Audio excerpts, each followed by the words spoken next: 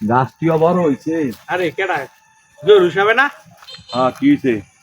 আরে দোস্ত, বেইমানের ঘরে বেইমান।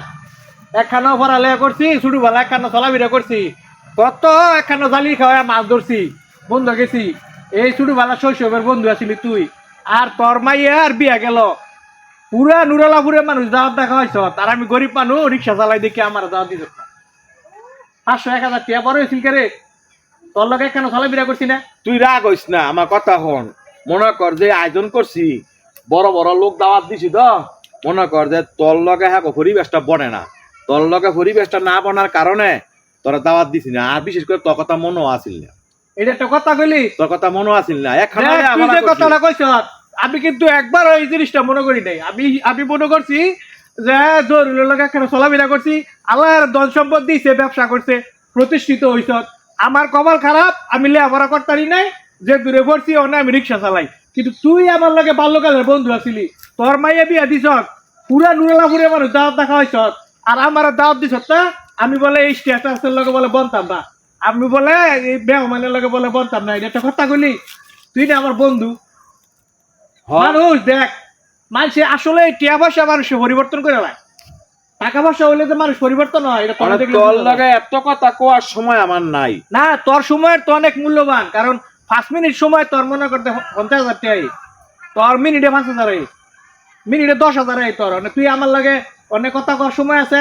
তুই ফেরাডু গাড়ি দা, ল্যান্ড ক্রুজার গাড়ি দা চলো, আর আমি চালাই রিক্সা। তো কেমনে তুই আমার লাগে কথা কবি?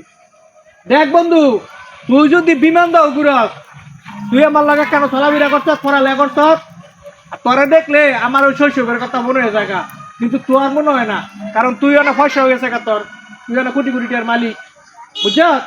নাইলে তুই গিয়া বগার দাও দিস, সুমন সাহেবের দাও দিস। সুমন সাহেবের বগা কি তোর ক্লাসমেট আছিল? আমি তোর ক্লাসমেট আছিলাম, তুই আমার দাওয়াত দিস না। দেখ, তুই আর কিছু কবি? কি কম, মনের মধ্যে কষ্ট। মাইছে এটা আমার কয় কত একখানো চলাফেরা করছ, তোর কি দাওয়াত দিল না? আমি কই আমার দিয়েছে, আমি যাই নাই, কেন ভাবে যাইতেছি না। এটা কই দাওয়াত আমার না দিব, একখানে বন্ধু বান্ধব চলাফেরা করছি। 500-1000 টিয়ার লোক, এত তো টিয়ার মালিক হইছ, কোটি কোটি টিয়ার মালিক হইছ, তারপরে তুই সমবয়সী বাল্যকালের বন্ধু, তোর মাইয়া বিয়া দাওয়াত দিলি, ইয়া করলি, আমার দাওয়াত দিলি না। কথা হন, বর্তমানে সমাজের মধ্যে যারা গরিব, হ্যাঁ আমি চলাফেরা করি না। এই যে একেবারে এতক্ষণে গিয়া একেবারে মূল কথাটা কইছ। কারণ কি জানাস নি, এই যে কথাটা, এই কথাটা তোর মুখটা বাড়িছে, কেন জানাস নি?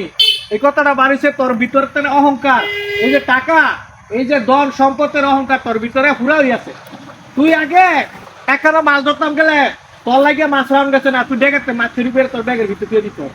আজকে তুই এই জরুরি সাপ হয়ে গেছ গা, বুঝছ? তুই আজকে এই জরুরি সাপ হয়ে গেছ গা, তোর ভিতরে অহংকার গরিমা তেমাকে বই আছে গা, তোর টেহায় তোরে মনে করতে চাইয়া লাইছে। তাহলে তুই কথা কেমনে করিলে?